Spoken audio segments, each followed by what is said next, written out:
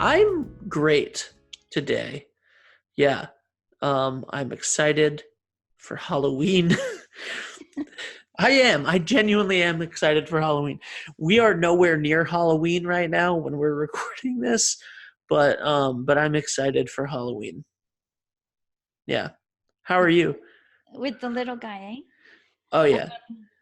He's had the best Halloween costumes, by the way. 2 years ago he was Bob Ross. Who's Bob Ross? Who's Bob Ross? Is it a basketball player or No, Bob Ross. actor? All right, Bob Ross is this is an American like PBS thing, so public broadcasting system thing. So, you know what? I shouldn't be that surprised because we are from different countries. But Bob Ross had a show from like the. Are you familiar with Mister Rogers? Oh yeah, A lot I of know Mr. people, Rogers. yeah, a lot of people feel like they are similar. They didn't do similar things at all. Bob Ross had a painting show. He Okay, was a guy. He was just a very soft spoken guy with a big permed afro, and he just painted like little scenes, and it was so relaxing. It's on Netflix now. I've seen him. People that are in like their 20s and 30s now like watch him to go to sleep, and it's like an anti-anxiety thing. Like people love Bob Ross right now so much, including this 4-year-old.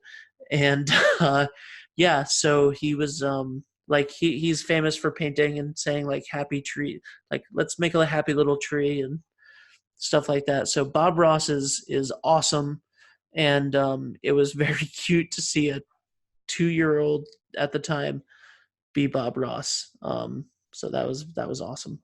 Nice. Yeah, I think he wants to be a Power Ranger this year, but I'm excited for that because I was a Power Ranger when I was a little kid. Does Beatrice celebrate Halloween? Oh yeah, this year she wants to be Red Riding Hood. Nice. So I we think make she our own costumes. I think she would be a great Red Riding Hood. Um so this episode is setting boundaries. The last 4 episodes we covered the 4 agreements, and that was awesome. And a lot of the things that we talked about in doing your best, the last episode that we did, we talked about how they would lead nicely into this episode. Healthy boundaries, Mhm. creating healthy boundaries. And this is a favorite topic of yours, is it not? Yeah, it is because over the years in my practice, I've realized it didn't matter what clients came to see me for. Boundaries are at the core of happiness, healthy relationships. Boundaries are essential. Boundaries with ourselves, with people around us. If we can have healthy boundaries, everything will run smoothly, I think. So I thought boundaries would be important. I think, yeah, I think boundaries are extremely important. The first life coaching this genre podcast that I ever recorded, uh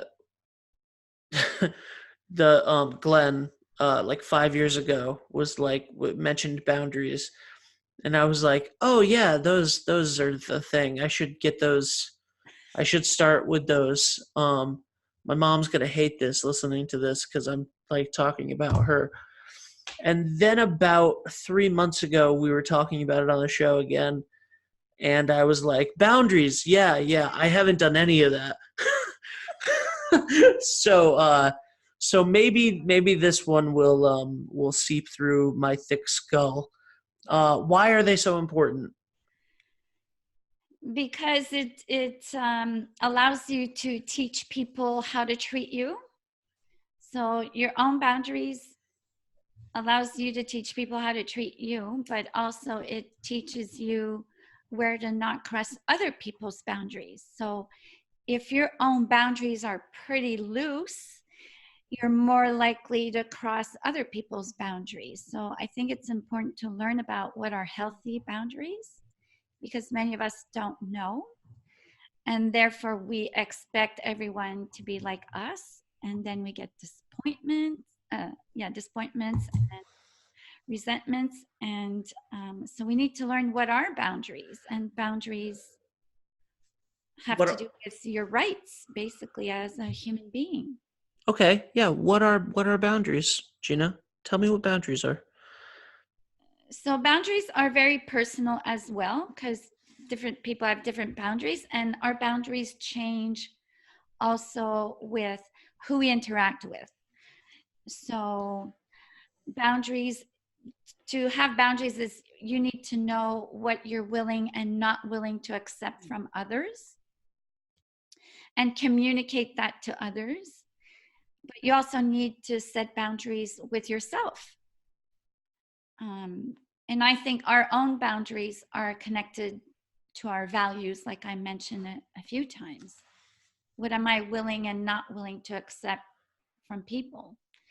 And the most challenging people to set boundaries with, I think, would be family, Yeah. because it's pretty charged emotionally, and depending how they respond to your boundary settings, um, it'll push your buttons and you will push their buttons. So yeah, and with your children, you need to set boundaries at work. So boundaries sometimes can be hard to set in certain environments where there are power differentials. That's why you see a lot of harassment at work. Sometimes it's hard to set a boundary because you're scared to lose your job and you need the money because you have 4 kids and you're a single mom. Um, but boundaries, they apply to anything, how people treat you. Um, and usually I think boundaries, you tend to hang out with people similar to you, so you'll have similar boundaries. If if you're if you're very very progressive and you don't like sexist, homophobic comment, and people make those comments, you might set a boundaries to go, this is inappropriate. Please don't talk that way in front of me. But if that person hangs out with other homophobic or racist people, well, those people won't set boundaries. So boundaries, I think, are also very personal. Yeah. In like a in a sense of people, you know, hanging out with people that have similar boundaries as you do. Like for example, my best friend Dave and I, who Dave is the person who edits the show. He and I both don't like practical jokes, like especially physical. Like young men have a tendency to like play physical practical jokes on each other, hitting each other, that sort of thing, like knocking each other down, you know what I mean, like those sorts of things. And we just literally, like, that's something that neither of us have ever found acceptable, and we don't do it with each other and nobody does it with us, and that's like, but that's a very simple, and I wanted to start small, so that's a simple safe boundary. Yeah. We don't like practical jokes. We like jokes, but we don't like, anything where you're at the expense of someone else. Like, you know if somebody, and a lot of this was 10 years ago, but like if somebody ever came up and like flicked my ear Mm, like hard, which is like a thing kids do, yeah. like 20-year-olds still do, like go out and drink and like mess with each other, that would never fly. And no one has done that to me since like 10th grade because I won't accept it, you know Yeah. so that's a little thing. What are some boundaries that you've set for yourself in different scenarios, maybe on a little bit of a different power dynamic? So, example, there are boundaries with personal space. If someone I don't know, um, comes really close to me, I get uncomfortable. Although I'm a very warm and affectionate person with people I do know, um, I'm not comfortable if a total stranger would get too close to me. So, example, in my work, um, I don't sit too close to my clients when it would make me uncomfortable and it would make them uncomfortable. Oh my God, yeah, that's a whole aspect I didn't even think of. As a psychologist, like people, you know a lot about the people that come in.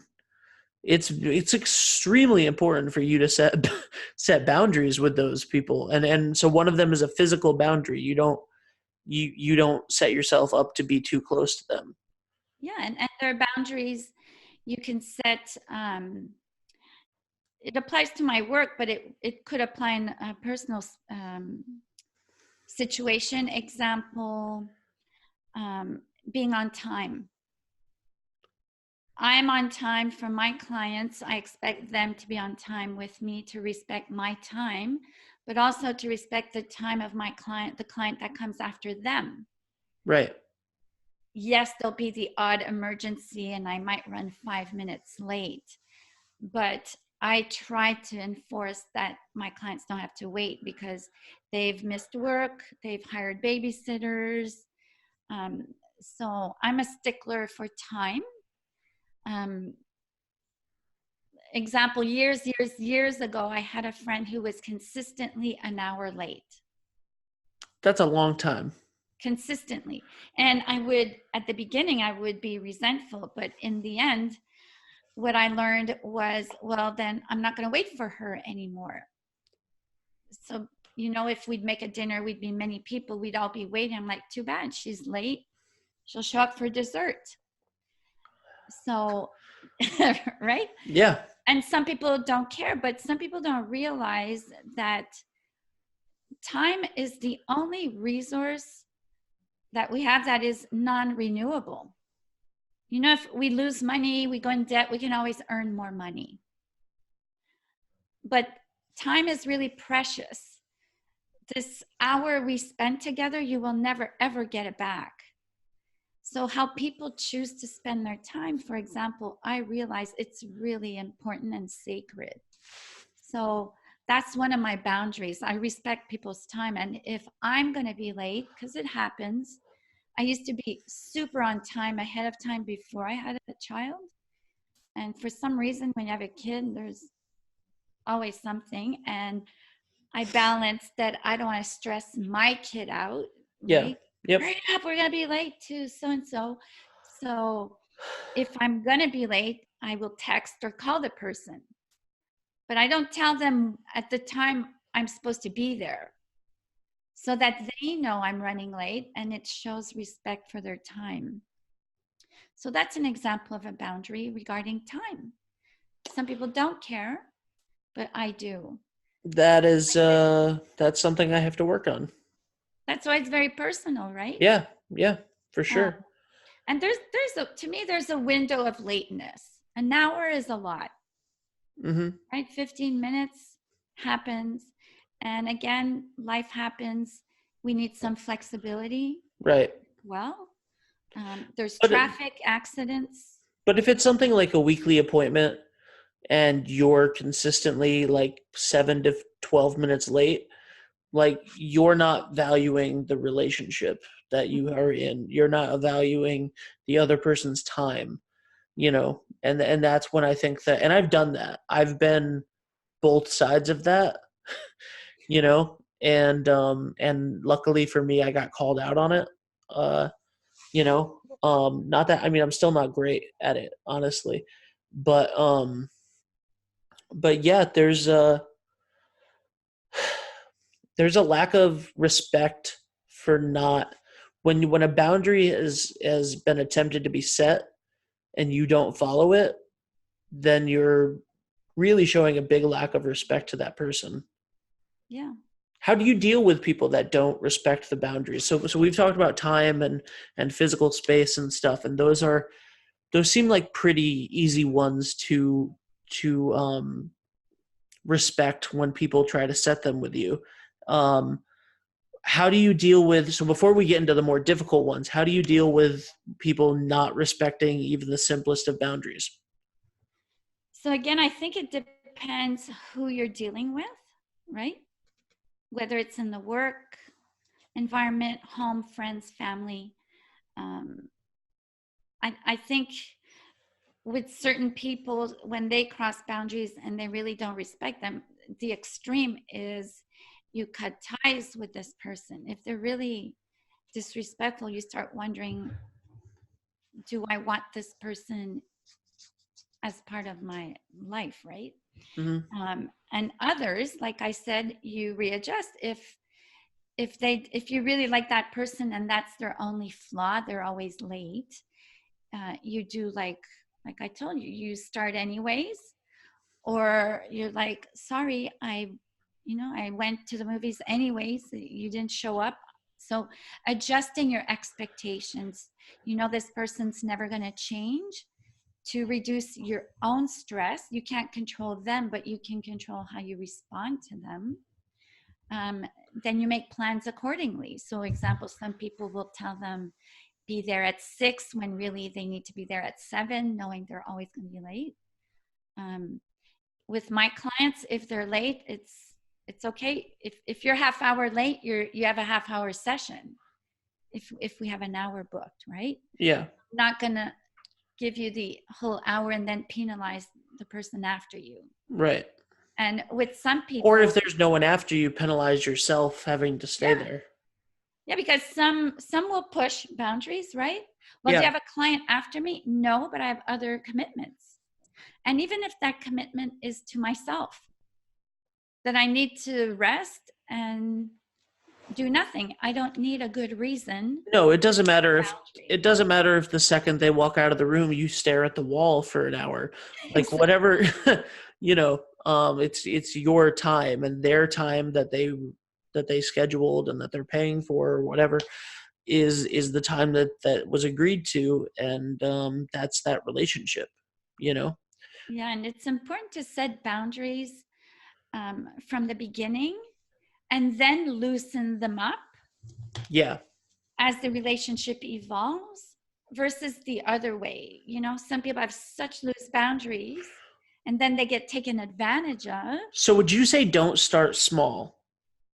No, I'd say it's easier to be more rigid and then loosen up than the other way around. Because if you're really loose on boundaries, you're teaching people you can do this, do that, and And usually you're after more months, likely to break them. yeah, but if someone's always late, you say nothing, and a year later you complain, they're gonna go, what do you mean? Yeah. You've let me be late for a year. Why is that a problem suddenly? Do you see what I mean? Is Yeah. you've allowed them to cross the boundary. So when we set a boundary, it's a two-way street. I set a boundary or I don't. And if someone crosses it and I don't go, whoa, well, I'm enabling the boundary crossing, basically. Setting boundaries with your children. Yes. Let's dive deep into that topic. Perfect. So there are so many different boundaries, right? So there are boundaries relating to discipline, boundaries relating to the respect of the family values. So if we go basic, simple, um, please and thank you. Um, please and thank you seems very simple, but these two gestures of making a child say please and thank you teaches impulse control. Because for a second, they have to wait before they get what they want, right? Mommy, get me a glass of water. Please, mommy, can you get me a glass of water? So it's teaching values and impulse control. So if you're not consistent with your boundaries, you're not, and that's anything. If you're not consistent, people get confused, so they'll do whatever they want. So if you want, um, when you're raising your child and you're setting boundaries, it's basically setting ground rules for behaviors and how you treat each other. You want consistency. Right. Because if it's not consistent, the children are confused.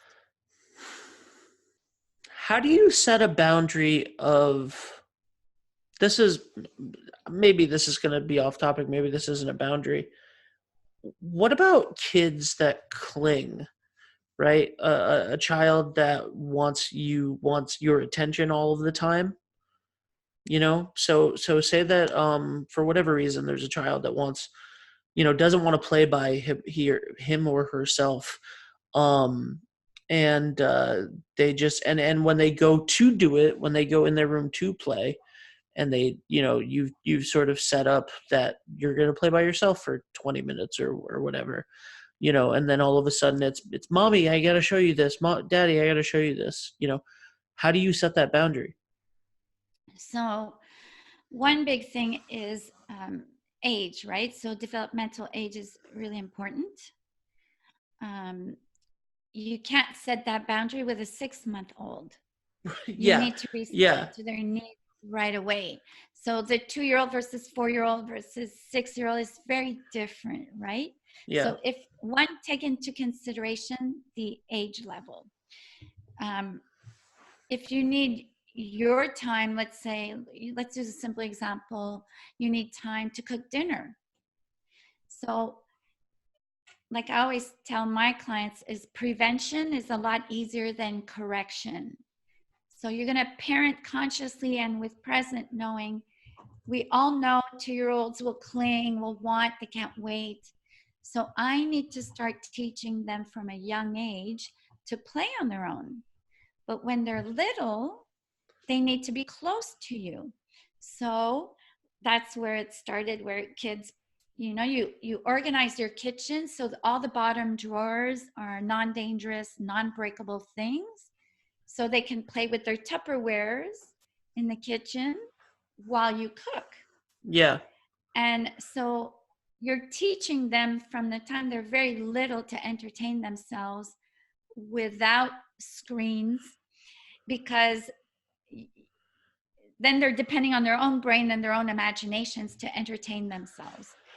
Then when they're a little bit bigger, I'm thinking of my daughter, then if I needed time to cook, I'd sit her on the counter, Mm-hmm. put her in the sink, sometimes her feet in the sink full of water, and she'd play with the water and the toys there. Yeah. And then expand the environment, right? So then by the time they're 5 or 6, they can play alone in another room. Yep. So proximity has an impact. And so you train them to feel safe being away from you. So that boundary will evolve with the age of the child. So parenting takes a lot of planning ahead of time, thinking of where do you want to end up, and parent from that point of view. So if you want to create an independent child, you need to set the foundation for that. And screens don't encourage that because they're dependent on something else to entertain themselves versus their own brain. So Mm-hmm. it's a lot of forethought and thinking ahead of time. That's why it's not a simple answer. Yeah. But that was great. I mean, you just elaborated on a lot of different areas that I think will really help parents. You just talked about boundaries evolving. I think that's a great place to end. Just because you set a boundary doesn't mean that's the end of it, you know? Yeah, because in life you need to be flexible, right? Yeah. So let's use dating for an example. Two people go on a first date. You don't lay out all your problems. Well, I've been sexually abused as a child. My ex did this. That's crossing a boundary of intimacy, right? I So guess at the so. beginning, there's more in what you disclose. You might have boundaries around physical touch when you're first dating. Then as the relationship evolves, you get more and more intimate. So the boundaries regarding physical space and touch changes. So if I think of someone people who are online dating, you don't know if the person in front of you is a lunatic. Right. So you need pretty good boundaries to protect yourself.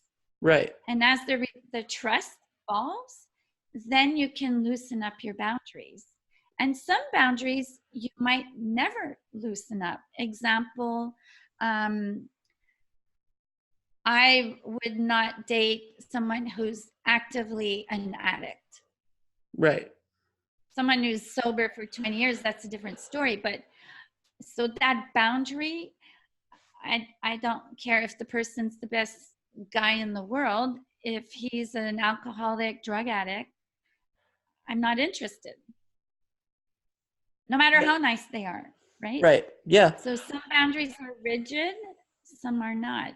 And sometimes boundaries are set how, in the middle of a relationship. Sometimes something that wasn't an issue is now an issue, and Yeah, and now you need to change or address or add a new boundary. yeah, yeah. Yep. So I think that's it for this for boundaries. I mean, I know that there's a lot more that you can talk about it, and I feel like people would have a lot of questions about it. If you do, send them in. We'd be glad to do a Q&A with Gina. And so, is there anything else that you'd like to say on boundaries before we get to the moment of gratitude? Um, like I've said already, boundaries are essential. If you can get clear on your boundaries, you're more likely to have healthier relationships as well. Awesome. Gina, I believe it's your turn to go first. What are you grateful for this week? What I'm super grateful for is the humongous benefits of homeschooling my daughter. And she's expressed the same benefits as well. Because last year she was in school 3 days a week, but this year she's 1 day a week because she's going to focus more on her competitive dance. So we're doing a bit more homeschooling than the previous years, and not having to drive in traffic and making lunches. We still have a set routine, which is great because she loves it. But I think, yeah, the being stuck in traffic was a big time waster. And making lunches, I really don't like making lunches. She enjoyed, Mommy, I get to eat lunch slowly instead of being rushed to eat her lunch. So I'm super grateful for homeschooling. Nice. I like that.